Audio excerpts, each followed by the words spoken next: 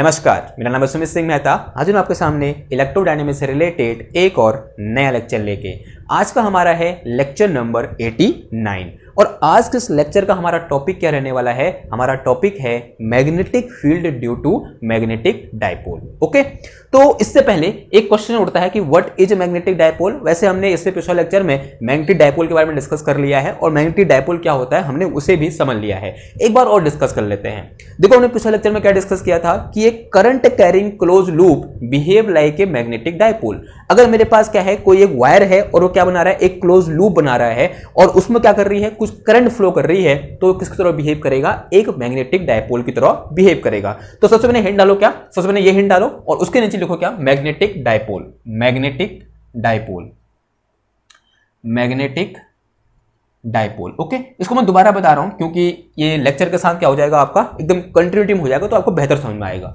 तो मेरे पास अगर कोई क्या हो, एक क्लोज करंट कैरिंग लूप हो, माना इस तरीके से कोई भी क्या है, एक लूप है और एक ऐसी है क्लोज करंट कैरिंग लूप है और इसमें आई करंट क्या कर रही है, फ्लो कर रही है, तो ये किसकी तरह बिहेव करेगा? एक मैग्नेटिक डायपोल की तरह क्या करेगा, बिहेव करेगा। तो ये क्या है, मेरे पास एक मैग्नेटिक डायपोल है। अब एक चीज हमने कहा इलेक्ट्रोस्टैटिक में पढ़ी थी कि अगर मेरे पास क्या हो, एक यहां पर इलेक्ट्रिक डायपोल हो, मान लिया मेरे पास ये क्या है, माइनस क्यू चार्ज है और यहां पर इतना ही क्या है, प्लस क्यू चार्ज है, तो ये क्या होता है, मेरे पास इलेक्ट्रिक डायपोल होता है। और इलेक्ट्रिक डायपोल में जो इलेक्ट्रिक डायपोल मूवमेंट की डायरेक्शन होती है, कहां से कहां होती है? This is from minus Q charge two plus Q charge. तो इसको हम कुछ इस तरीके से रिप्रेजेंट कर सकते हैं, एक एरो से। तो इसको क्या बोला था हमने इलेक्ट्रोस्टैटिक में?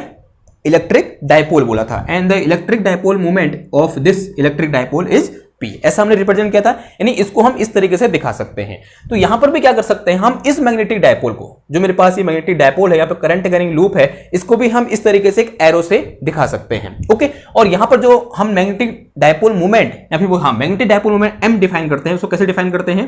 तो M इक्वल टू क्या होता है मेरे पास, integration I into integration into DA vector. अगर यहाँ मैग्नीट्यूड की बात करूंगा तो यहां भी क्या लेना पड़ेगा, मैग्नीट्यूड लेना पड़ेगा, तो ये क्या हो जाएगा, मेरा हट जाएगा। आज हम डायरेक्शन कैसे फाइंड करते हैं? हम डायरेक्शन फाइंड करते हैं किसकी हेल्प से? राइट हैंड रूल की हेल्प से। ठीक है, तो अगर मैं यहां पर एक एग्जांपल लूं कि मान लिया मेरे पास क्या है, एक यहां पर सर्कुलर लूप है यूं करके, और जो एक्स वाई प्लेन में रखी हुई है और जो भी इसकी एक्सेस है वो कहां से होकर जा रही है, जो सेंटर है इसका वो कहां से होकर जा रहा है, जेड एक्सेस से होकर जा रहा है यूं करके। ओके, तो इसमें कितनी करंट फ्लो कर रही है? मान लिया आई करंट क्या कर रही है, फ्लो कर रही है। तो किस तरह बिहेव करेगा? एक ये मैग्नेटिक डायपोल की तरह बिहेव करेगा, क्योंकि ये क्या है, एक करंट कैरिंग क्लोज लूप है। नाउ तो इसको मैं ऐसे लिख सकता हूं, यानी अगर मैं बात करूं किसके, इसकी डायरेक्शन की बात करूं, इसके मैग्नेटिक डायपोल मूवमेंट की डायरेक्शन की बात करूं, तो this will be in Z cap direction. अगर मैं राइट हैंड रूल लगाऊं तो कहां की ओर होगी, वो जेड कैप डायरेक्शन में होगी। तो जेड कैप डायरेक्शन में अगर मैग्नेटिक डायपोल मूवमेंट M को लिखना चाहूंगा तो कैसे लिख दूंगा मैं? ऐसे लिख दूंगा। तो ये क्या हो जाएगा मेरे पास, मैग्नेटिक डायपोल मूवमेंट M। यानी इसको मैं सिंबॉलिकली ऐसे भी क्या कर सकता हूं, रिप्रेजेंट कर सकता हूं। और जो एरो है वो कहां की ओर होगा? ऑब्वियसली बात है, जेड कैप डायरेक्शन में होगा, बिकॉज जो यहां पे मैग्नेटिक डायपोल मूवमेंट है वो किस डायरेक्शन में है? जेड कैप डायरेक्शन में है। अगर यहीं पर जो करंट है उसकी डायरेक्शन क्या कर दूं मैं, चेंज कर दूं, करंट कैसे हो जाए, ऐसे हो जाए। यानी करंट कैसे होगी, अभी क्लॉकवाइज होगी। अगर करंट क्लॉकवाइज है तो अगर राइट हैंड रूल यहां पर लगाऊंगा तो जो थंब वो नीचे की ओर आ रहा है, तो यहां पर जो मैग्नेटिक डायपोल मूवमेंट होगा इसका वो कहां की ओर होगा, माइनस जेड कैप डायरेक्शन में होगा। तो अगर मैं इसको सिंबॉलिकली दिखाना चाहूंगा तो कैसे दिखाऊंगा, इस तरीके से एरो से क्या करूंगा, रिप्रेजेंट करूंगा, और जो कहां की ओर होगा, नीचे की ओर होगा, और ये क्या है, किसको रिप्रेजेंट कर रहा है, यानी इसका क्या है, ये सिंबॉलिक रूप है। तो मैग्नेटिक डायपोल मूवमेंट को हम इस तरीके से क्या कर सकते हैं, सिंबॉलिकली रिप्रेजेंट कर सकते हैं, जैसे हमने यहां पर इलेक्ट्रिक डायपोल को क्या किया था, रिप्रेजेंट किया था। समझ में आई इतनी बात? ओके, इतनी बात समझ में आ गई है। तो अब बात करते हैं किसकी, कि इन डायपोल के कारण जो इलेक्ट्रिक फील्ड होगा वो कितना होगा। ओके, तो ऐसे लिख के चलो, ये मिटाऊं मैं, ठीक है, ये नोट कर लो, इसको मिटा रहा हूं क्योंकि यहां पर मुझे कुछ लिखना पड़ेगा।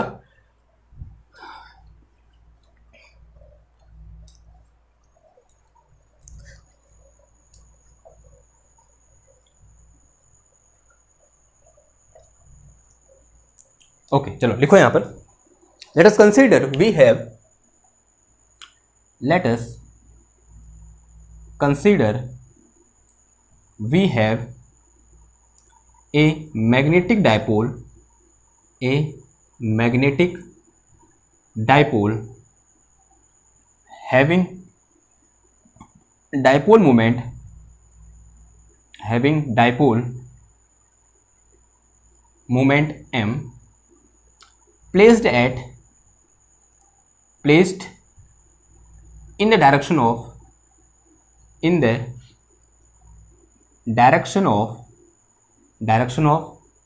Z axis as shown in following figure, as shown in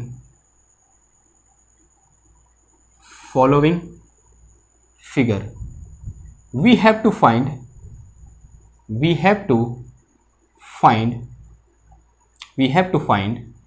electric field sorry यार, magnetic field, we have to find magnetic field due to this dipole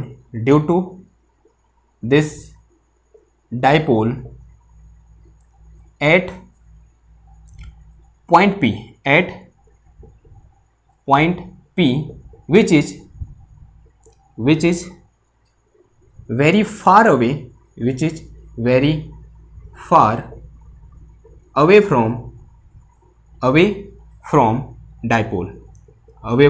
dipole, जो क्या है, जो पॉइंट P है वो क्या है, डाइपोल से बहुत दूर है। देखो अच्छा अलोंग जेड एक्सेस बोल रखा है, तो सबसे पहले मेरे को यहाँ पर एक कोऑर्डिनेट सिस्टम अज्यूम करना पड़ेगा।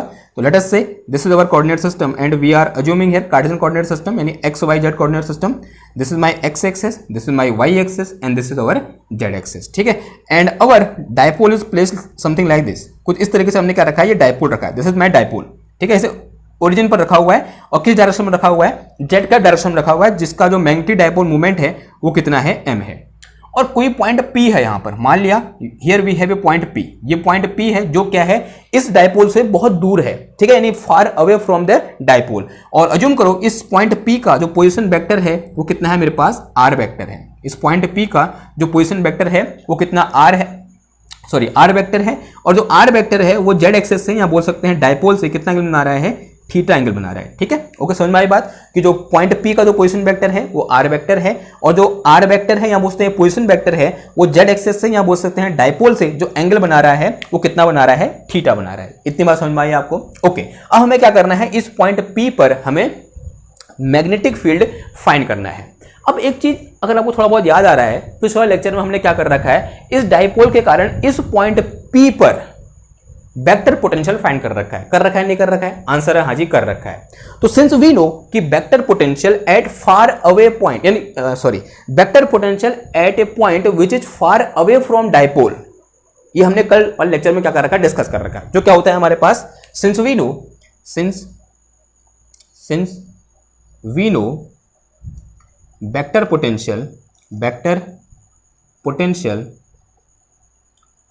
ड्यू टू डाइपोल या फिर magnetic dipole, due to magnetic dipole at point P, जो पॉइंट P है वो क्या है, बहुत दूर है, ठीक है। At point P is given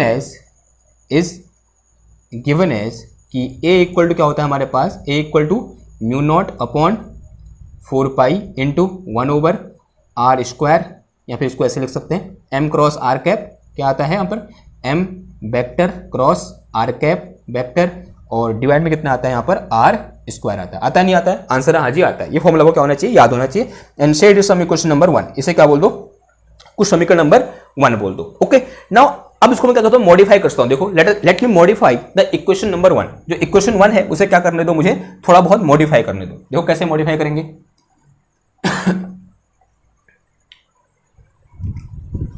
So now we have to modify this equation number 1। एक काम करो, यहाँ पर क्रॉस प्रोडक्ट फाइंड करो। तो a वेक्टर इक्वल टू कितना आ जाएगा मेरे पास, this a vector is equal to mu not upon कितना आ जाएगा, ये 4 pi, mu not upon 4 pi. जो m है, m की जो कितना लिख सकता हूँ मैं, m वेक्टर इक्वल टू क्या लिख सकता हूँ, जो m है वो किस डायरेक्शन में है, जो यहाँ पर मेरे पास m वेक्टर है वो किस डायरेक्शन में है, z कैप डायरेक्शन में। तो इसे क्या लिख सकता हूँ मैं, जो m वेक्टर इक्वल टू लिख सकता हूँ क्या, m इंटू जेड कैप, ये लिख सकता हूँ, आंसर है हाँ जी, लिख सकता हूँ। तो कितना आ जाएगा ये m इंटू जेड कैप, और क्रॉस कितना आ जाएगा, ये r कैप आ जाएगा, और डिवाइड में कितना आ जाएगा, ये r स्क्वायर आ जाएगा, आएगा नहीं आएगा। And now we have to find this cross product, यानी Z cap cross r cap, क्या होगी इसकी वैल्यू, कोई बताएगा मेरे को। देखो जेड कैप को हमें किसके फॉर्म में लिखना पड़ेगा, r कैप थीटा कैप या फाई कैप के टर्म में लिखना पड़ेगा, या फिर इस r कैप को Z cap x cap y cap के टर्म में लिखना पड़ेगा। यानी या तो दोनों यूनिट वेक्टर को किसमें लिख दो, स्फेरिकल कोऑर्डिनेट सिस्टम में, या दोनों यूनिट वेक्टर को किसमें लिख दो आप, जो कार्टेशियन कोऑर्डिनेट सिस्टम है उसमें लिख दो। तो एक काम करना पड़ेगा हमको। अब हम पिछले लेक्चर में पिछले लेक्चर से हमको एक्सपीरियंस है, जो जेड कैप होता है उसको हमने किस तरीके से स्फेरिकल कोऑर्डिनेट सिस्टम में लिखा था। ठीक, एक बार यहाँ लिखा दूं आपको, या फिर आपको पिछले वाला याद है? एक बार मैं लिखाता हूँ। ठीक है, देखो कुछ ऐसा था हमारे पास, सिंस वी नो कि कुछ ऐसे पढ़ा था हमने कि x cap r cap theta cap phi cap is equal to, ठीक है, अब मैं बहुत बार लिखा दिया। ठीक है, ये अब दिक्कत नहीं होनी चाहिए इसमें। क्या था, कुछ ऐसा था ना यहाँ पर कि sine theta cos phi, sine theta cos phi into sine theta sine phi, sine theta sine phi, फिर यहाँ पर कितना था कॉस थीटा, फिर यहाँ पर था मेरे पास कितना cos theta into cos phi, फिर था यहाँ पर कितना cos theta into sine phi, फिर यहाँ पर था कितना माइनस का साइन थीटा, फिर यहाँ पर था मेरे पास कितना माइनस का साइन थीटा, माइनस का साइन फाई, फिर यहाँ पर था मेरे पास कितना कॉस फाई, फिर यहाँ था कितना 0, और फिर यहाँ था मेरे पास इनटू में कितना एक्स कैप वाई कैप और यहाँ पर जेड कैप। ओके, अब मुझे चाहिए क्या, z cap in r cap theta cap phi cap. तो इसको उल्टा कर दो, तो यहाँ से मेरे पास क्या निकल के आ जाएगा, देखो x cap y cap z cap is equal to कितना निकल के आ गया, इसकी जो रो थी वो कॉलम में चेंज हो जाएगी। तो यहाँ से मेरे पास कितना आ जाएगा, ये sine theta cos phi into cos theta cos phi, और माइनस का कितना आ जाएगा यहाँ पर साइन फाई आ जाएगा। फिर क्या आ जाएगा, देखो यहाँ से this is sine theta and into sine phi into cos theta into sine phi, फिर कितना आ गया यहाँ पर मेरे पास कॉस फाई आ गया।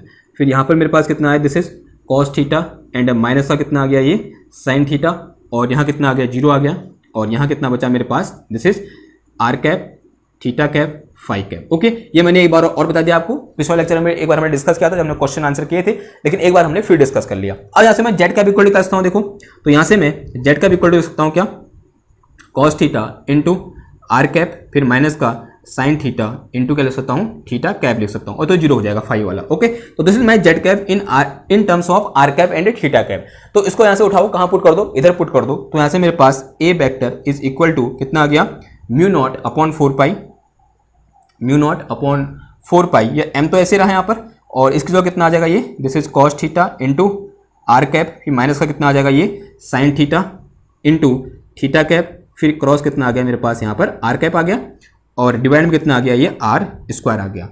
अब यहाँ पर देखो आप, R cap cross are cap कितना हो जाएगा, 0 हो जाएगा, बचेगा मेरे पास theta cap cross phi cap बचेगा। तो यहाँ से मेरे पास ए इक्वल टू कितना आ गया, म्यू नॉट अपॉन यहाँ मेरे पास कितना है 4 पाई है, and M into this is minus का कितना आ गया यहाँ पर ये साइन थीटा, और मल्टीप्लाई में कितना आ गया, ये थीटा कैप क्रॉस कितना आ गया, ये आर कैप आ गया, और डिवाइड में कितना आ गया, ये आर स्क्वायर आ गया। तो यहाँ से मेरे पास A vector is equal to mu not upon कितना है, ये 4 पाई आया।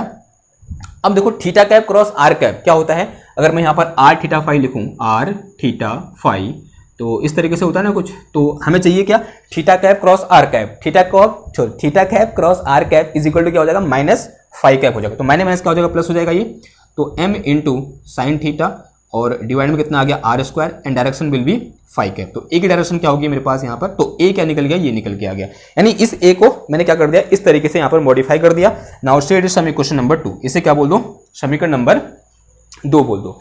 अब ये तो क्या निकला, सिर्फ ए निकला, यानी जो हमने कल पढ़ा था उसी को क्या किया हमने, मॉडिफाई किया। हमें निकालना क्या है, बी निकालना, यानी यहाँ पे क्या निकालना है, मैग्नेटिक फील्ड निकालना है। Now for magnetic field, now calculation for magnetic field कैसे निकालोगे बताओ कोई। तो सिंस वी नो जो magnetic field B equal to होता है वो क्या होता है, कर्ल ऑफ वेक्टर पोटेंशियल होता है, डेल क्रॉस ए होता है। तो बी इक्वल टू क्या होता है मेरे पास, डेल क्रॉस ए होता है। तो set is some equation number 2।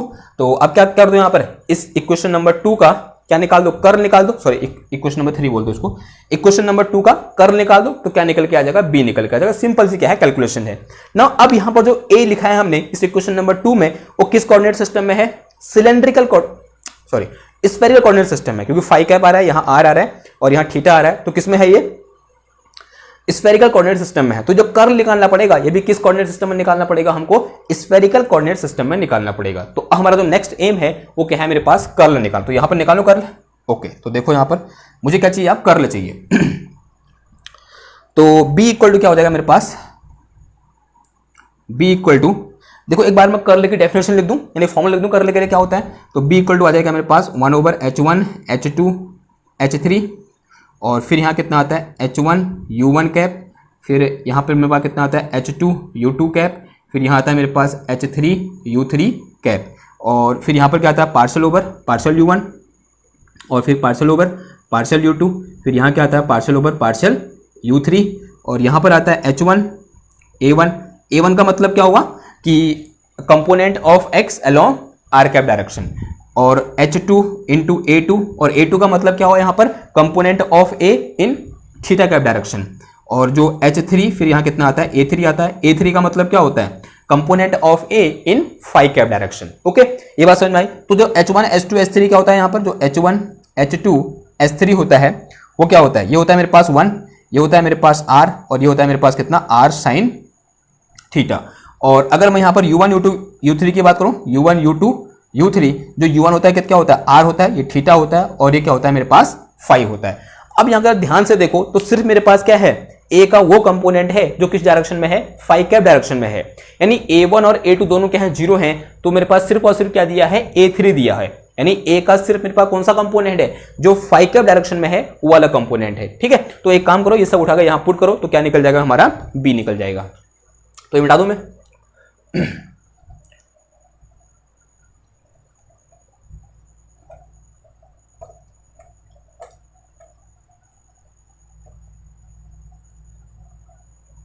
Okay, अब देखो, तो यहां से मेरे पास b vector is equal to 1/h1 h2 h3 करो तो कितना आ जाएगा, देखो ये, तो दिस इज 1/r² साइन थीटा आ जाएगा, कितना आ जाएगा 1/r² साइन थीटा, और ये क्या कितना बच गया मेरे पास यहाँ पर h1 u1, h1 कितना है 1 है, u1 का मतलब कितना हो गया r कैप, और ये कितना बच गया मेरे पास r इंटू थीटा कैप, और ये मेरे पास कितना बच गया r साइन थीटा, और इंटू कितना आ जाएगा ये फाई कैप आ जाएगा। ओके, यहाँ कितना बचेगा पार्सल ओवर पार्सल r, और यहाँ कितना आ जाएगा पार्सल ओवर पार्सल थीटा, और यहाँ मेरे पास क्या आ जाएगा पार्सल ओवर पार्सल फाई आ जाएगा। दिस इज 0 0, फिर क्या बचा मेरे पास a3 बचा, तो दिस थिंग इज a3, ये मेरे पास कितना है मेरे पास म्यू नॉट अपॉन 4 पाई, और इंटू कितना आ गया ये साइन थीटा, सॉरी एम भी है इधर पे, एम साइन थीटा आया यहाँ पर, this is m sine theta upon r²। ठीक है, ये बचा, तो फाई कैप डायरेक्शन में सही लिख देना, हाँ सही हो गया। अब क्या करो, इस डिटर्मिनेंट को ओपन कर दो। ठीक है, तो कैसे करोगे, कर दो फिर फर्स्ट रो के अकॉर्डिंग, ये मिटा दो, ये नोट कर लो एक बार, स्क्रीनशॉट ले लो फटाफट, ले लिया स्क्रीनशॉट, ओके मिटा रहा हूँ। हाँ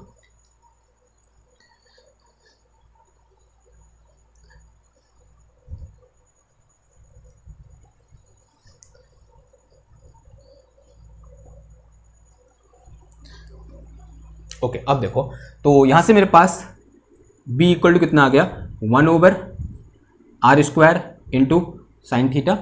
अब देखो r कैप की डायरेक्शन में या फिर इसके टर्म में करोगे तो ये आ जाएगा, इसका डिफरेंशिएट होगा विद रिस्पेक्ट टू थीटा, ऐसा आएगा ना, r कैप आएगा, r कैप, फिर ये इसका डिफरेंशिएट करेगा किसके रिस्पेक्ट में, थीटा के रिस्पेक्ट में, थीटा क्या है यहाँ पर साइन थीटा है, तो साइन थीटा का डिफरेंशिएशन क्या हो जाएगा, एक मिनट, यहाँ पर मेरे पास h3 भी होता है, और जो h3 की वैल्यू होती है वो क्या होती है मेरे पास r साइन थीटा होती है, तो यहाँ पर मेरे पास ऐसा भी आएगा कुछ, मल्टीप्लाई में कितना आ जाएगा यहाँ पर r साइन थीटा भी आएगा, क्या आएगा r साइन थीटा आएगा मल्टीप्लाई में, क्योंकि यहाँ पर क्या है h3 है या नहीं h3, तो यहाँ से अगर h3 की वैल्यू पुट करूंगा तो यहाँ पर r साइन थीटा भी आएगा, मैंने सिर्फ a3 पुट किया था, अब h3 पुट करो तो कितना आ जाएगा r साइन थीटा आ जाएगा। देखो इस r से एक r कैंसिल हो जाएगा, तो यहाँ मेरे पास सिर्फ क्या बचेगा r बचेगा, तो ये r उड़ा दो। ठीक है, और इस साइन को इसके साथ लिखो तो साइन स्क्वायर हो जाएगा, तो कितना बचेगा ये साइन स्क्वायर बच जाएगा। ठीक है, तो यहाँ मेरे पास कितना है साइन स्क्वायर थीटा है, न कि साइन थीटा। ठीक है, समझ में आया ना कहाँ से आया साइन स्क्वायर थीटा, मैंने एक टर्म सॉरी एक स्टेप क्या कर दिया, गैप कर दिया यहाँ पर, मतलब गैप ले लिया, इतना चलेगा ना, आई होप चलेगा यार। ठीक है, होशियार बच्चे हो आप।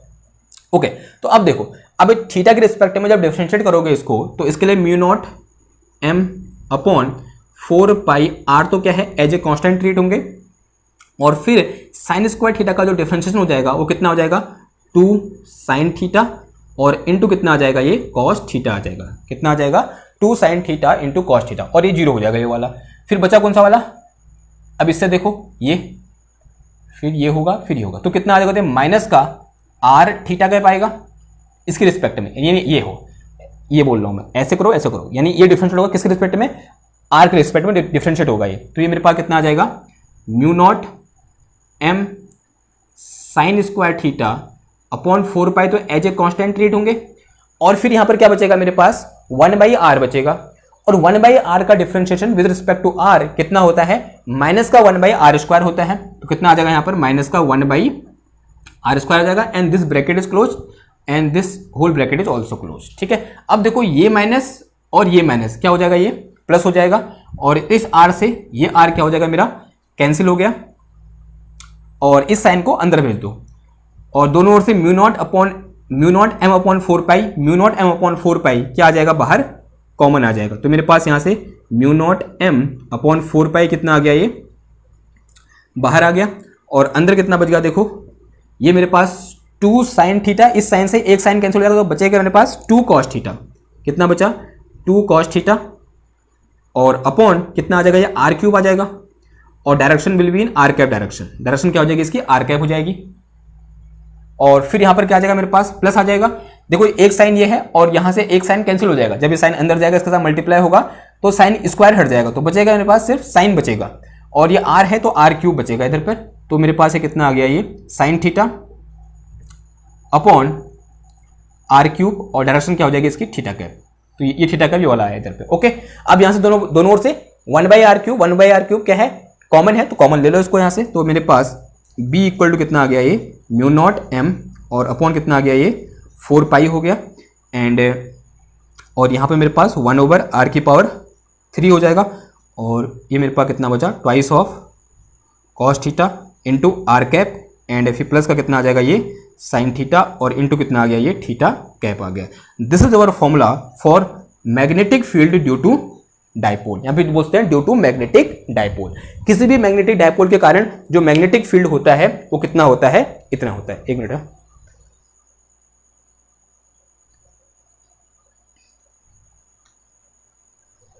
ओके, ये समझ में आया आपको, ठीक है, ये क्या हो गया, कंप्लीट हो गया। This is very very important formula, यहां पर क्या लगा दो, इस तरीके से डबल स्टार लगा दो। अगर आप इसको थोड़ा सा ध्यान से देख रहे हो तो आपको ऐसा फील हो रहा होगा कि जब हमने इलेक्ट्रिक डायपोल के कारण इलेक्ट्रिक फील्ड निकाला था तो उसकी तस्वीर भी लगभग ऐसी ही थी या नहीं थी। तो in case of electric dipole, for electric dipole जो मैंने इलेक्ट्रिक फील्ड निकाला था, फॉर इलेक्ट्रिक डायपोल,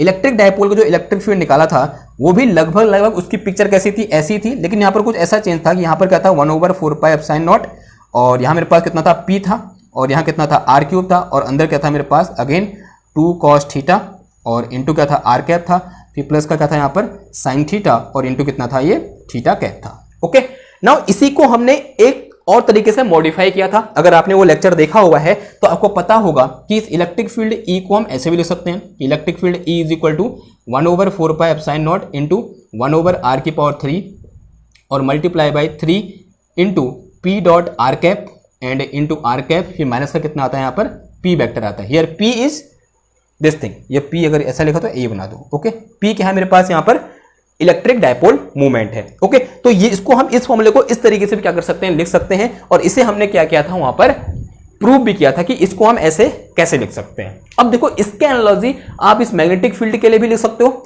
या इसको एक अलग से प्रूव भी कर सकते हो, या फिर इसके एनालॉजी भी लिख सकते हो। ओके, यानी for the magnetic field due to magnetic dipole can also written as, ऐसे लिख के चलो, magnetic field due to magnetic dipole can also written as in this form, इस फॉर्म में लिख सकते हैं हम इसको। तो जहां जहां p आ रखा है ना, वहां क्या लगा दो, m लगा दो, आपका जो फॉर्मूला है ना मैग्नेटिक फील्ड के लिए ड्यू टू मैग्नेटिक डायपोल वो निकल के आ जाएगा। देखो क्या हो जाएगा, तो यहां से क्या लिख सकता हूं मैं, अगर ये तो क्या था, इस तरीके से ब्रैकेट में बंद था, ये हमारे प्रीवियस नॉलेज है। अभी जो नई नॉलेज हमको मिली वो क्या है मेरे पास, the b is also can be written as, और करके लिखो, इसके ठीक नीचे लिखना, जो b है उसको हम ऐसे लिख सकते हैं कि b equal to mu not upon 4 pi into 1/r³, और मल्टीप्लाई में कितना आ जाएगा, ये 3m डॉट आर कैप और इनटू कितना आ गया आर कैप, फिर मैथ्स का कितना आ जाएगा ये एम आ जाएगा, मैथ्स कितना आ जाएगा एम आ जाएगा। This is my formula and this formula is more important in compare to this formula because application of this formula is little bit easy. इस फॉर्मूले को यूज करना क्या होता है, लिटिल बिट ईजी होता है। इसलिए यहाँ पर क्या लगा दो, इस तरीके से 3 स्टार लगा दो और यहाँ क्या लगा दो, इस तरीके से 2 स्टार लगा दो। ठीक है, ये फॉर्मूला क्या होता है, ज्यादा इंपॉर्टेंट होता है। अब इसको प्रूव कैसे करना है, जो इसका प्रूफ है वो क्या है, आपके लिए होमवर्क है। Proof is homework. अब मैं होमवर्क क्यों बोल रहा हूं, क्या मैं इतना निर्दयी हो गया हूं या फिर इतना आलसी हो गया हूं कि मैं आप एक फॉर्मूला भी यहां प्रूफ नहीं कर सकता? आंसर नहीं, क्योंकि सेम ये जो मेथड जो यहां पर मैथमेटिकल टर्म है वो सेम मैथमेटिकल टर्म यहां भी है। तो इसका मतलब जिस तरीके से हमने इससे ये डिड्यूस किया था, यानी इससे इसको प्रूव किया था, सेम तरीके से सेम मैथमेटिकल रूल यूज करके, मैथमेटिकल स्टेप यूज करके आप क्या कर सकते हो, इससे प्रूव कर सकते हो या फिर इससे प्रूव कर सकते हो। तो आपको नकल करने में कोई परेशानी है? नकल कहां से करना है, इस लेक्चर से नकल करनी है। सिर्फ ध्यान क्या देना है, वहां बाहर क्या है, ये है 1/4πε 1/r³ है और यहां बाहर क्या है, μ0/4π 1/r³ है। बाकी जो मैथमेटिकल वहां पर स्टेप है वो सारे के सारे क्या होने वाले हैं, सेम होने वाले हैं। कोई दिक्कत है इसमें? नहीं दिक्कत है। तो इसलिए मैंने इसको प्रूफ क्या दे दिया, आपके लिए होमवर्क में दे दिया। अब मैं एक बार समय चेक कर लेता हूं, अगर 35 मिनट से समय ज्यादा हुआ होगा तो मैं यहां पर इस लेक्चर को स्टॉप कर दूंगा, अगर उससे कम हुआ होगा तो यहां पर मैं एक न्यूमेरिकल करा दूंगा। ठीक है, समय हो रखा है 28 मिनट, तो आप लोग बच गए, तो एक न्यूमेरिकल कर लेते हैं। तो इस तरीके से लिखो, इसे मिटाऊं मैं, इसे मिटाते हैं। ठीक है, एक न्यूमेरिकल करते हैं। ये हो गया ना, ये हो गया तो बहुत अच्छी बात है। एक काम करो, स्क्रीनशॉट ले लो, फिर आगे बढ़ते हैं। एक बहुत अच्छा न्यूमेरिकल है और कभी कभी इस टाइप का क्वेश्चन आपके नेट में, गेट में या फिर जैम में या फिर आपके यूनिवर्सिटी के एग्जाम में पूछ लिया जाता है। तो हो सकता है आप थोड़ा सा धोखा खा जाओ वहां पर, लेकिन धोखा नहीं खाना है। Okay,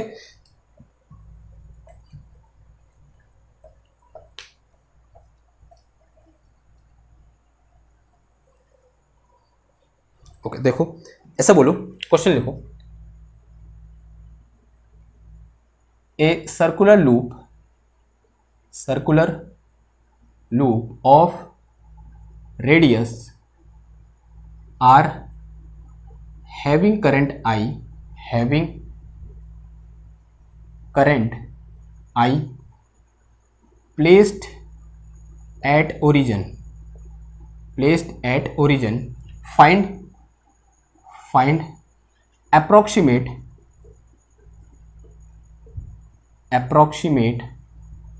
magnetic field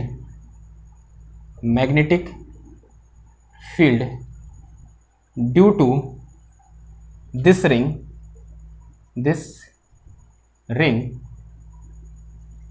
at a point far away from ring। Okay, अब क्वेश्चन की लैंग्वेज को देखो और इसको एक बार सोचने की कोशिश करो। क्या बोल रहा है क्वेश्चन ये बोल रहा है कि एक सर्कुलर लूप है, या बोलते हैं रिंग है, ऐसा बोल सकते हैं। ओके, अगर ऊपर लूप लिखा है या फिर इसको रिंग बोल दो, क्या बोल दो, रिंग बोल दो। एक सर्कुलर रिंग है जिसकी रेडियस I है, जिसमें I करंट क्या कर रही है, फ्लो कर रही है, और वो किसी एक कोऑर्डिनेट सिस्टम के ओरिजिन पर रखा हुआ है और उसके कारण किसी एक पॉइंट पर अप्रोक्सीमेट मैग्नेटिक फील्ड निकालना है। इस लाइन को अंडरलाइन कर लो कि यहां पर किसकी बात हो रही है, अप्रोक्सीमेट मैग्नेटिक फील्ड की बात हो रही है। और जब भी हम अप्रोक्सीमेट वर्ड का यूज करेंगे तो आपको किसकी याद आनी चाहिए, मल्टीपोल एक्सपेंशन की याद आनी चाहिए। और मल्टीपोल एक्सपेंशन की हेल्प से हमने जो मैग्नेटिक फील्ड के लिए फॉर्मूला लिखा है वो कौन सा वाला है, ये वाला है। क्योंकि हमको जब ए पता था ना किसी डायपोल के कारण, और डायपोल के कारण ए किससे पता चला, हमको मल्टीपोल एक्सपेंशन से पता चला, तो वहां से हमने क्या निकाला, ये बी निकाला। यानी ये वाला फॉर्मूला यहां पर क्या करना है, यूज करना है। उसने वो स्पष्ट कर दिया। कभी कभी ऐसा होता है हम सर्कुलर रिंग देखते हैं और वो पहला वाला पुराना वाला फॉर्मूला क्या आता है हमारे दिमाग में क्लिक करता है, जो कि नहीं लगाना है। ठीक है, फॉर्मूला कौन सा लगाना है, ये वाला लगाना है। हम कहां बात कर रहे हैं, far away from the origin, field due to a ring at point far away from the origin. Okay sorry, far away from the ring. Okay, अब देखो यहां पर, तो सबसे पहले रिंग की बात करते हैं। तो रिंग कैसी है, एक सर्कुलर रिंग है। देखो, तो इस तरीके से एक ये रिंग है और ओरिजिन पर रखी हुई है। This is my x axis, this is y axis and this is z axis. Okay, और जिसके रेडियस कितनी है, आर है। ओके, अगर मैं आपसे बोलूं कि इसका डायपोल मोमेंट कितना होगा तो आप क्या निकाल सकते हो, आंसर आज निकाल देंगे। तो जो मैग्नेटिक डायपोल मोमेंट का जो मैग्नीट्यूड होगा वो कितना हो जाएगा, this will be equal to current into area, तो आई इंटू कितना आ जाएगा, ये पाई आर स्क्वायर आ जाएगा। अगर मैं इन टर्म्स ऑफ डायरेक्शन लिखना चाहूंगा तो डायरेक्शन कैसे फाइंड करूंगा इसकी मैं, by the help of right hand rule. तो राइट हैंड रूल लगाओ तो direction will be in Z cap direction, तो कहां की ओर जाएगा ये, जेड कैप क्या हो जाएगी, इसकी डायरेक्शन हो जाएगी। अगर उसमें सिंबॉलिकली रिप्रेजेंट करना चाहूं इस डायपोल को, यानी ये क्या है, जो रिंग यहां पे मेरे को दे रखी है ये एक्चुअल में रिंग नहीं है, इसको मैं क्या बोल सकता हूं, सॉरी रिंग है लेकिन इसको मैं क्या बोल सकता हूं, डायपोल नहीं बोल सकता हूं, आंसर है हाँ जी बोल सकता हूं। तो ये क्वेश्चन ऐसे भी फ्रेम हो सकता है कि एक डायपोल रखा हुआ है कहां पर, ओरिजिन पर, जिसका डायपोल मोमेंट कितना है, इतना है, उसके कारण क्या करो, मैग्नेटिक फील्ड फाइंड करो या फिर अप्रोक्सीमेट मैग्नेटिक फील्ड फाइंड करो। तो ये अगर डायपोल की तरह बिहेव कर रहा है तो डायपोल कुछ ऐसा है, ओके, और जो इस तरीके से है एम, ओके, समझ में आई बात। नाउ अब ये कहां पर रखा है, ओरिजिन पर रखा हुआ है, तो इसको मैं ऐसे लिख सकता हूं कि this is my y axis, this is our x axis and this is our z axis, और यहां से फार अवे पॉइंट पर, माना इस पॉइंट पी पर जिसका जो पोजीशन वेक्टर है, या हाँ पोजीशन वेक्टर है वो कितना आर कैप है, और ये यहां से कितना एंगल बना रहा है, थीटा एंगल बना रहा है, और यहां पर मुझे क्या करना है, हमारा मैग्नेटिक फील्ड फाइंड करना है। कौन सा फॉर्मूला लगाओगे, ये वाला जो मिटा दिया हमने यहां पर, ओके। तो फटाफट क्या कर दो, लगा दो। तो जब फॉर्मूला लगाओगे तो यहां से B इक्वल टू कितना आ जाएगा, सिंस वी नो जो magnetic field B equal to होता है कितना होता है, mu 0 upon 4 pi into 1 over r के पावर कितना आता है, 3 आता है यहाँ पर, और फिर कितना आता है यहाँ पर 3 into m dot r cap, और इंटू कितना आता है आर कैप, फिर माइनस कितना आ गया यहाँ पर आर वेक्टर, सॉरी कितना आता है एम वेक्टर, ओके। अब देखो फिर जो एम है वो किस डायरेक्शन में है, जेड कैप डायरेक्शन में है, तो यहाँ से मेरे पास जो B इक्वल निकल के आ जाएगा, तो this will be equal to mu not upon 4 pi 1 over r की पावर कितना आ जाएगा, ये 3 आ जाएगा, and this is 3 into M की जो कितना आ जाएगा एम डॉट जेड कैप लिख सकता हूँ, और डॉट कितना आ गया, ये आर डॉट आ गया, और बाहर कितना बच गया आर कैप बच गया, फिर माइनस कितना आ गया, ये एम इंटू कितना आ जाएगा, ये जेड कैप आ जाएगा, ठीक है। अब दोनों ओर से एम एम कॉन्स्टेंट है, इसको बाहर ले लो, तो यहाँ से मेरे पास B इक्वल टू कितना आ गया, तो this will be equal to mu not upon कितना आ गया, ये 4 पाई आ गया, इंटू 1 ओवर आर की पावर कितना हो जाएगा, ये 3 हो जाएगा। इस m को बाहर ले लो, फिर m बाहर आ गया, तो अंदर कितना बच गया मेरे पास 3 into this is Z cap cross कितना आ जाए, सॉरी डॉट आर कैप, और डॉट कितना आ गया आर कैप, और माइनस का कितना आ गया यहाँ पर, ये जेड कैप आ गया। ना अब या तो इस पूरे क्वेश्चन को किस में चेंज कर दो, स्फेरिकल कोऑर्डिनेट सिस्टम में चेंज कर दो, या फिर पूरे को क्या कर दो, कार्टेशियन कोऑर्डिनेट सिस्टम में चेंज कर दो। तो इजी कहां रहता है कि जो कार्टेशियन कोऑर्डिनेट सिस्टम के जो यूनिट वेक्टर है जेड कैप है उसको किस में चेंज कर दो, आर कैप और थीटा कैप के टर्म में लिख दो। जेड कैप जो क्या लिखता हूं मैं, ये लिख सकता हूं। तो एक काम करो, जहां जहां जेड कैप है उसको जो क्या लिख दो, ये लिख दो। यानी इससे क्या होगा, हम एक कोऑर्डिनेट सिस्टम में रहेंगे, यहां पर जेड कैप भी है और आर कैप भी है, कंफ्यूजन हो रहा है, तो हमें सिर्फ एक कोऑर्डिनेट सिस्टम में सिस्टम को लेकर चलना होगा। तो किसको लेकर चलते हैं, स्फेरिकल कोऑर्डिनेट सिस्टम को लेकर चलते हैं। तो यहां से B इक्वल टू कितना आ जाएगा मेरे पास, B इक्वल टू आ जाएगा म्यू नॉट अपॉन कितना आ गया, ये 4 पाई आ गया, and this is m divided by कितना आ गया, ये r की पावर 3 आ गया, and 3 into Z cap, z cap की जगह ये पूरा आ जाएगा, तो ये आ जाएगा मेरे पास कितना cos theta into are cap, फिर माइनस का कितना आ जाएगा, ये साइन थीटा इंटू कितना आ जाएगा थीटा कैप, और डॉट कितना आ जाएगा, ये आर कैप, फिर बाहर मल्टीप्लाई में अगेन कितना है मेरे पास आर कैप, फिर माइनस कितना आ गया जेड कैप, जेड कैप की जगह अगेन ये पूरा टर्म आ जाएगा, तो this is equal to cos theta r cap, फिर माइनस कितना आ जाएगा, ये साइन थीटा, और इंटू कितना आ जाएगा, ये थीटा कैप आ जाएगा। तो यहाँ से मेरे पास B इक्वल टू कितना आ गया, म्यू नॉट अपॉन कितना आ गया, ये 4 पाई आ गया, into m divided by r की पावर 3, और इंटू कितना आ गया। अब देखो आर कैप है तो आर कैप 1 हो जाएगा, और theta cap dot r cap कितना हो जाएगा, 0 हो जाएगा। तो बचेगा कौन सा वाला टर्म मेरे पास, सिर्फ ये वाला। तो ये बचा मेरे पास कितना 3 कॉस थीटा, और ये बाहर से आर कैप ये वाला आ गया, तो cos theta into are cap, फिर माइनस का कितना आ गया, ये cos theta into are cap, फिर माइनस का बीच में माइनस है ना, ये माइनस था तो ये माइनस होगा, ये माइनस का हो जाएगा प्लस हो जाएगा, तो दिस इज कॉस थीटा, और ये प्लस का कितना आ जाएगा यहाँ पर साइन थीटा, और इंटू कितना आ गया, ये थीटा कैप आ गया। कॉस थीटा में से 3 cos theta minus cos theta कितना आ गया, 2 कॉस थीटा आ गया। तो यहाँ से B vector is equal to mu not upon कितना आ गया, ये 4 pi into m divided by r की पावर 3, और इंटू कितना आ गया, ये ट्वाइस ऑफ कॉस थीटा, और इंटू कितना आ गया आर कैप, एंड फिर प्लस का कितना आ गया यहाँ पर साइन थीटा, और इंटू कितना आ गया, ये थीटा कैप आ गया, ठीक है। Now this is our formula. अगर आप मेरे से पूछो ना कि sorry this is our solution for this given current arrangement कि इससे का मैग्नेटिक फील्ड कितना होगा, इतना होगा। अगर आप मेरे से पूछो जो पिछले वाला जो सिचुएशन में हमने प्रूफ करने को दिया था ना, वो प्रूफ भी मैंने कर दिया। देखो इस फॉर्मूले से मैं यही फॉर्मूला ले आया दोबारा, यही तो प्रूफ हुआ, यही क्या है, प्रूफ है भैया, प्रूफ कर दिया है हमने।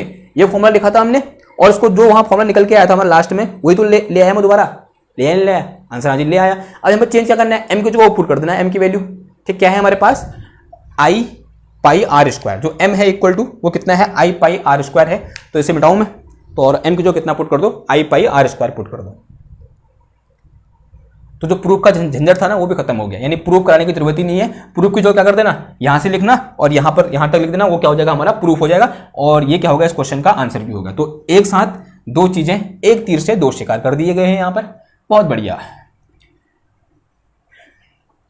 तो यहां से मेरे पास b इक्वल टू कितना निकल के आ गया, b इक्वल टू निकल के आ गया मेरे पास mu not upon this is my 4 pi into M की जो कितना है मेरे पास आई पाई आर स्क्वायर है, और डिवाइड में कितना आ गया r की पावर 3 आ गया, और into twice of cos theta, और इंटू कितना आ गया आर कैप, फिर प्लस का साइन थीटा, और इंटू कितना आ गया ये थीटा कैप आ गया, ठीक है। आया नहीं आया, देखो इस पाई से ये पाई क्या हो जाएगा, कैंसिल हो जाएगा, तो यहाँ से मेरे पास b इक्वल निकल गया कितना म्यू नॉट अपॉन ये आर स्क्वायर होगा, ठीक है, mu not upon 4 into are square into I, और अपॉन कितना आ गया ये आर की power 3 and into this is twice of cos theta, और इंटू आर कैप, फिर प्लस का साइन थीटा, एंड इंटू कितना आ गया थीटा कैप आ गया। तो this is my magnetic field due to this current carrying ring, okay. कहां पर, किसी पॉइंट P पर, कोई पॉइंट P है। नाउ अब यहां पर एक स्पेशल केस डिस्कस करते हैं जो हमने पहले भी क्या कर रखा है, डिस्कस कर रखा है। तो ये तो क्या निकला, मेरा आंसर निकला। लेट अस डिस्कस ए स्पेशल केस।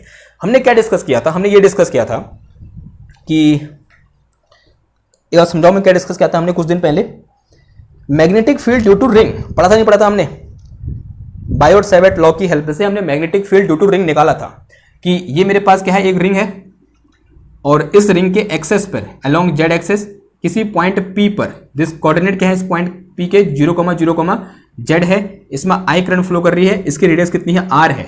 इसके कारण इस पॉइंट में मैग्नेटिक फील्ड के लिए फॉर्मूला लिखा था हमने, क्या लिखा था, B इक्वल टू कुछ ऐसा था, mu not I divided by 2 into are square, और नीचे कितना था r square plus z square की होल पावर 3/2 था। ऐसा था या नहीं था, आंसर है हाँ जी ऐसा था। और यहां पर अगर थोड़ा बहुत मॉडिफाई करूं इसको मैं, अगर मैं ये बोलूं कि this z is greater than r, because हम ऐसा बोल रहे हैं कि जो पॉइंट P है वो बहुत दूर है, फार अवे फ्रॉम द रिंग, यानी पॉइंट P यानी जो जेड है वो क्या है इस R से बहुत बड़ा है।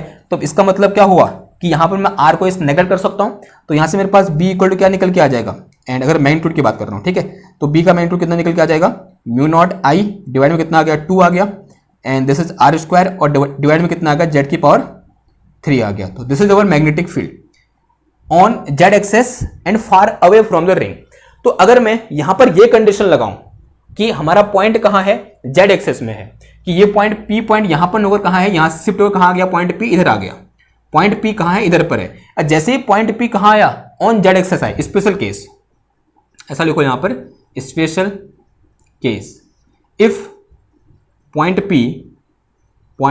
P is on z axis, कहां पर हो, जेड एक्सेस पर हो, तो जैसे ही ये पॉइंट P यहां से उठकर जेड एक्सेस में आएगा, जो थीटा है वो कितना हो जाएगा, 0 हो जाएगा। तो थीटा इज इक्वल टू कितना हो जाएगा, 0 हो जाएगा, होगा नहीं होगा, थीटा इक्वल टू 0 हो जाएगा, और जो R है वो किससे रिप्लेस हो जाएगा, जेड से रिप्लेस हो जाएगा, जो R इक्वल टू है वो क्या हो जाएगा, जेड हो जाएगा, और जो R कैप है वो किसका बराबर हो जाएगा, मेरे पास जेड कैप के बराबर हो जाएगा। ऐसा होगा नहीं होगा, आंसर है हाँ जी होगा। तो यहां पर इस फॉर्मूले में ये कंडीशन लगा दो, हमारा आंसर कितना आना चाहिए, इतना आना चाहिए। तो लगाओ फटाफट। तो यहां से मेरे पास कितना आ गया, देखो B vector is equal to mu not I upon कितना, ये 4 है, इंटू आर स्क्वायर डिवाइड में कितना, आगे अगर जेड रखना है तो ये कितना आ गया मेरे पास, जेड की पावर 3 आ गया, और अंदर कितना बच गया देखो, तो this is twice of cos zero कितना होता है 1 होता है, तो ये क्या बचा मेरे पास आर कैप, कितना बचा ये आर कैप की जो कितना आ जाएगा जेड कैप आ जाएगा, आर कैप की जो कितना आ जाएगा मेरा जेड कैप आ जाएगा, क्योंकि बोला है हमने ओके, क्योंकि कहाँ हो गया जो आर कैप वो किसके अलोंग है अब जेड डायरेक्शन के अलोंग है, तो आर कैप की जो अपने आप क्या आ गया जेड कैप आ गया। तो इस 2 से ये 2 क्या हो जाएगा कैंसिल हो जाएगा, तो b इक्वल टू आ गया मेरे पास कितना म्यू नॉट आई डिवाइड में कितना आ गया 2 आ गया इंटू आर की पावर 3 डिवाइड में कितना आ गया जेड की पावर 3 आ गया, और direction will be in Z cap direction. तो देखो अगर मैं इसका मैग्नीट्यूड निकालूंगा तो यही तो आया है ना जादू, मजा आया। ठीक है, जो हमने पहले पढ़ा था और जो आज हमने पढ़ा दोनों क्या है सेम चीज है। यानी अगर मैं किसी एक रैंडम पॉइंट पर किसी एक रिंग के कारण मैग्नेटिक फील्ड फाइंड करना चाहता हूं या फिर करंट कैरिंग रिंग के कारण मैग्नेटिक फील्ड फाइंड करना चाहता हूं तो कौन सा फॉर्मूला लगाऊंगा ये वाला। लेकिन अगर मैं किसी एक पर्टिकुलर पॉइंट पर या फिर बोलते हैं वो पॉइंट कहां हो जहां मुझे निकालना है अलोंग जेड एक्सेस हो या फिर उस एक्सेस रिंग के एक्सेस के अलोंग हो, तब मैं कौन सा फॉर्मूला लगाऊंगा ये वाला। अगर कहीं और जगह है माना यहां नौकर यहां है यहां है यहां है यहां है यहां है, तब कौन सा फॉर्मूला लगाऊंगा मैं ये वाला फॉर्मूला लगाऊंगा। ठीक है, समझ में आई बात। तो ये क्या हो गया मेरे पास एक क्वेश्चन हो गया। ठीक, एक बहुत इंपॉर्टेंट क्वेश्चन था और इस टाइप का क्वेश्चन आपके नेट में पूछे जाते हैं, नेट में पूछे जाते हैं, आपके यूनिवर्सिटी एग्जाम में भी पूछे जा सकते हैं अगर आपका यूनिवर्सिटी का लेवल क्या है अच्छा है तो। ठीक है, अगर आपके वहाँ अच्छे इंटरनल पेपर होते हैं वहाँ ये पूछा जा सकता है। अगर आपको कभी कभी असाइनमेंट करने के लिए दे दिया जाएगा और कहा जाएगा कि अब ये चीज़ आपको ये प्रूफ मिलेगी नहीं आपको हर जगह। ठीक है, एक्चुअल में एक ग्रिफिथ का क्वेश्चन है, प्रॉब्लम है किसकी ग्रिफिथ की। ठीक है, तो वहाँ से मैंने उठाया है ये और फिर यहाँ से इसको यहाँ पर लाया हूँ मैं। ठीक, आई होप आज के लिए बस इतना ही, ख़त्म करते हैं इसको यहाँ पर। और जो नेक्स्ट लेक्चर होगा हमारा वो किस पर बेस्ड होगा कि टॉर्क ऑन मैग्नेटिक डायपोल। ठीक है, जब मैं किसी डायपोल को कहाँ रखता हूँ एक एक्सटर्नल मैग्नेटिक फील्ड में रखता हूँ तो उस पर क्या लगता है टॉर्क लगता है। जैसे इलेक्ट्रिक डायपोल को हमने कहाँ रखा था जब एक्सटर्नल इलेक्ट्रिक फील्ड में रखा था तो उस पर क्या लगा था कुछ टॉर्क लगा था। तो सेम चीज़ यहाँ पर भी होगी, तो टॉर्क कितना होगा और कैसा लगेगा वो सब क्या करेंगे हम आने वाले लेक्चर में डिस्कस करेंगे। और आज के इस लेक्चर को यहाँ पर खत्म करते हैं। एक और इम्पोर्टेंट चीज़, आप इसको लाइक करिए, शेयर करिए और सब्सक्राइब करिए, क्योंकि इन लेक्चर को बनाने में क्या लगती है मेहनत लगती है और आई होप आपको वो मेहनत दिख रही होगी। अगर दिख रही है तो आप उसको क्या कर सकते हैं लाइक शेयर और सब्सक्राइब कर सकते हैं। ठीक है, तो आज के लिए बस इतना ही, मिलते हैं आपसे नेक्स्ट लेक्चर में एक और नई वीडियो के साथ। तब तक थैंक यू, धन्यवाद, बाय बाय।